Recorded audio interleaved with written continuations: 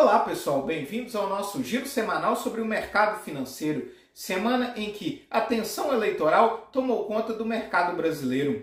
É uma preocupação com a gerência das estatais e o risco fiscal num possível governo Lula fez com que as nossas estatais perdessem valor essa semana. Aliás, elas perderam boa parte da valorização que ganharam na semana passada. Nem mesmo aí uma valorização do barril de petróleo no mercado internacional, o barril Brent, referência para a Petrobras, encerrou essa semana com uma valorização de 3,01%, cotado aos 96 dólares e 32 centavos, fez com que a Petrobras tivesse um bom desempenho. O Banco do Brasil também caiu forte, os dois caíram aí cerca de 12% ao longo dessa semana. Na quinta-feira, o mercado chegou a ensaiar alguma recuperação com a divulgação de uma carta do Brasil do Amanhã por parte da campanha petista. Mas a falta de clareza nas propostas econômicas e principalmente por não explicar como que vai conseguir conciliar a responsabilidade fiscal com o aumento dos gastos sociais e a redução dos impostos, acabou decepcionando um pouco o mercado. Outro ponto também é uma possível contestação dos resultados por parte da campanha de Jair Bolsonaro em caso de derrota. Isso preocupa demais o mercado, seria um dos piores cenários, aquilo que o mercado tem chamado de terceiro turno, que seria você manter a tensão eleitoral, a tensão de disputa, mesmo após o resultado das eleições. E isso traria instabilidade política. E instabilidade política ocasiona fuga do capital estrangeiro. O investidor estrangeiro não vai querer investir no país que vai estar com tensão mesmo após o fim do período eleitoral. Isso pode prejudicar muito a nossa economia. Mas mesmo assim, o candidato Jair Bolsonaro deu declarações essa semana de que vai julgar dentro das 4 linhas com o Tribunal Superior Eleitoral, com quem vem tendo atritos durante toda a campanha, e também deu uma declaração ontem, após o debate da Globo, de que vai aceitar o resultado das eleições. Isso fez com que o nosso Ibovespa fechasse essa semana com uma queda de 4,47%. Por outro lado, o dólar subiu quase 3%, subiu 2,96% e encerra essa semana cotado aos R$ 5,30. Falando um pouco da inflação, ela trouxe sinais mistos essa semana. A prévia da nossa inflação oficial, que é o IPCA 15, a inflação ao consumidor, ela veio com uma alta de 0,16%, acima do que o mercado esperava uma alta de 0,09%. Mostrando aí que a gente volta a ter uma pequena aceleração nos preços depois de vir de um trimestre todo com deflação, a maior queda no índice de inflação desde que ela é medida pelo IBGE, e a gente volta a ter aí uma pequena aceleração nos preços. Essa aceleração ela veio principalmente nos preços de passagens aéreas e planos de saúde. Por outro lado, a inflação ao produtor, o IGPM, que é medido pela inflação pela Fundação Getúlio Vargas, ela veio com uma deflação de 0,97%. Apresentou uma queda de 0,97%. O mercado esperava uma queda de 0,8%, ou seja, a queda veio maior do que o esperado, mostrando que ainda em outros setores da economia, essa desaceleração da inflação ainda vem refletindo. Diante desse cenário inflacionário mais comportado, o nosso Copom decidiu aí manter a nossa taxa básica de juros em 13,75% ao ano. Já era aquilo que era esperado pelo mercado. O comunicado logo após a reunião também não trouxe grandes novidades. Mostrou que o Copom continua preocupado com o cenário global e principalmente aqui no Brasil com os riscos fiscais. Outro dado importante é a arrecadação federal, que arrecadou no mês de setembro 166,3 bilhões de reais, um novo recorde. E além disso, nós tivemos um superávit primário de 10,95 bilhões de reais, que é aquilo que sobra nas contas, no caixa do governo, depois que ele paga aí as despesas primárias, excluindo aí os juros da dívida pública. Outro dado importante se refere ao nosso desemprego. O Brasil criou, no mês de setembro, 278 mil vagas com carteira assinada. Nosso índice de desemprego caiu de 8,9% para 8,7%. Além disso, nós tivemos uma melhora da renda do trabalhador, cresceu aí cerca de 4% comparado com o mês de agosto. Isso mostra aí que a gente está tendo uma recuperação econômica logo após toda a crise que a gente passou por causa da pandemia. E essa recuperação tem sido impulsionada principalmente pelo setor de serviços. Essa preocupação com o cenário eleitoral também pode ser sentida na renda fixa. Os índices de maior duração, que apresentam maior risco, apresentaram um desempenho ruim essa semana. Por outro lado, principalmente os índices de inflação curta, representado aí pelo IMAB5, apresentaram um bom desempenho. Com isso, a nossa carteira geral de títulos públicos, o IMA geral, ele fecha essa semana com uma alta de 0,1%. Já o IRFM, que são os pré-fixados, eles encerram essa semana em leve alta de 0,07%. Já o DI para janeiro de 23, com essa tendência de estabilidade aí da taxa Selic, não variou e encerra essa semana cotado a 13,68%.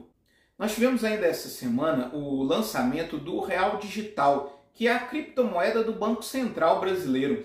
É diferente aí das criptomoedas mais populares, o Real Digital ele entra na classe das stablecoins, que são moedas de valor fixo, ou seja, ele vai ter o seu valor atrelado ao real. Cada R$1 digital vai valer R$1. Ele está sendo lançado ainda num ambiente de testes, para ver como serão aí essas transações a partir do real digital, e a grande diferença entre o real normal e o real digital é que o real digital ele não está atrelado ao papel moeda e suas transações não precisam necessariamente passar pelo sistema bancário. Elas podem ser feitas aí entre as pessoas físicas através das chamadas wallets, que são as carteiras. Mas ainda é um sistema muito prematuro e está sendo lançado aí a níveis de testes. Lembrando que o país mais avançado nesse tipo de moeda é a China. Nos Estados Unidos, a ideia de que o Fed possa desacelerar a alta de juros fez com que as bolsas por lá subissem bastante essa semana. Espera-se aí um movimento parecido com o que a gente viu pelo Banco Central do Canadá, que vinha fazendo altas aí de 0,75 ponto percentual, mas na quinta-feira só elevou sua taxa de juros em meio ponto percentual. Isso animou as bolsas lá nos Estados Unidos, apesar dos resultados das chamadas Big Techs, que são as grandes empresas de tecnologia, terem decepcionado. Empresas como a Meta, que é dona do Facebook, do Instagram, do WhatsApp, tiveram um resultado muito ruim. É o caso da Alphabet também, que é dona do Google, do YouTube. A única empresa que teve um bom desempenho foi a Apple, que apresentou um lucro acima do esperado. As bolsas americanas fecharam todas elas em alta. O S&P 500 subiu 3,7%, o Dow Jones teve um desempenho melhor, subiu 4,47%. Já a Nasdaq, que é a bolsa da tecnologia, teve um desempenho mais baixo devido a esse problema aí, devido aos resultados ruins das empresas de tecnologia. Mas mesmo assim encerra essa semana com uma alta de 2,20%. Além disso, o PIB dos Estados Unidos surpreendeu positivamente, com uma alta de 2,6% na comparação anual ao PIB do terceiro trimestre. Isso também ajudou a impulsionar as bolsas. Já a China apresentou dados mistos essa semana. Enquanto o seu PIB teve um desempenho melhor do que o esperado, teve uma alta de 3,9% no terceiro trimestre, quando se esperava aí uma alta de 3,3%, as vendas do varejo decepcionaram. Se esperava alta de 3,3%, mas elas vieram com uma alta de apenas 2,5%. Além disso, a preocupação na China é com a formação do novo governo do presidente Xi Jinping, que vai para o seu terceiro mandato de 5 anos após a conferência do Partido Comunista Chinês.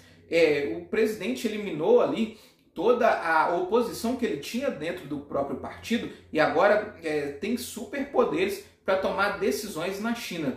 Além disso, não existe nenhuma mulher mais na alta cúpula do governo chinês. E essa preocupação de que essa falta de uma pequena oposição dentro do próprio partido, lembrando que a China não tem outro partido, apenas o Partido Comunista, traz aí um certo temor de que ele possa, por exemplo, endurecer a política de Covid-0. Novos casos da China ao longo dessa semana fizeram com que a China fechasse, por exemplo, a grande província de Wuhan. Isso fez com que o minério de ferro fechasse em forte queda essa semana. Caiu aí mais de 11%, 11,11%, e encerra essa semana com a tonelada cotada aos 89 dólares.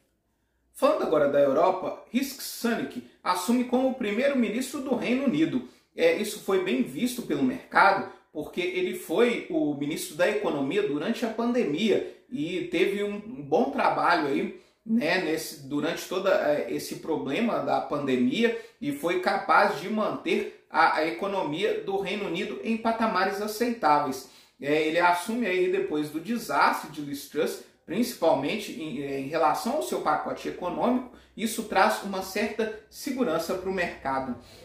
Outro ponto da Europa é que o Banco Central da zona do euro decidiu elevar sua taxa básica de juros em 0,75 ponto percentual, até aí dentro daquilo que o mercado esperava. Mas o discurso de Christine Lagarde, logo após a decisão de que o Banco Central pode aí calibrar as próximas altas de juros para tentar fazer com que a Europa não entre em uma recessão econômica, acabou animando as bolsas, mas acabou também trazendo uma certa preocupação em relação à inflação, já que a inflação na Europa continua bem pressionada, né, da casa aí dos 9,9%, lembrando que a meta de inflação da zona do euro é de apenas 2%.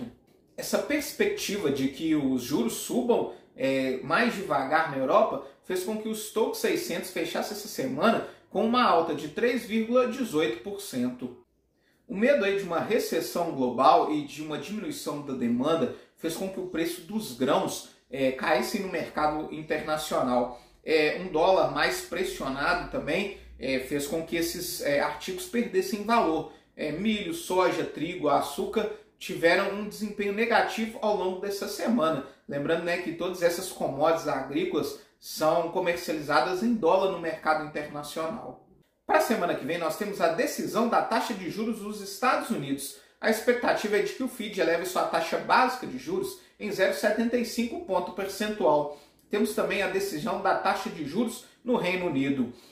Vamos ter a divulgação do índice de desemprego dos Estados Unidos, com destaque para o payroll, que é o índice de emprego do cidadão urbano, e nós temos também a divulgação da inflação da zona do euro. Mas claro que todas as atenções do mercado brasileiro vão estar voltadas para amanhã, com a nossa decisão de quem vai ser o nosso presidente na eleição em segundo turno. Qual vai ser aí a formação, principalmente da equipe econômica, né, desse novo governo, seja quem for eleito, e principalmente qual vai ser a reação do adversário, daquele que perder, né? Se nós vamos ter aí a possibilidade de se manter essa tensão eleitoral mesmo após o resultado das eleições. Como o nosso sistema de apuração aqui ele é bem dinâmico, a gente já vai ter aí no final da noite de domingo o nosso novo presidente. E principalmente fica a expectativa para como esse presidente vai conduzir a política fiscal. Lembrando que todas as promessas eleitorais feitas por ambos os candidatos incorrem em um risco fiscal muito grande. E como que eles vão conduzir isso a partir dos próximos 4 anos vai determinar bastante de como vai ser o desempenho da economia brasileira. Muito obrigado e até a próxima semana.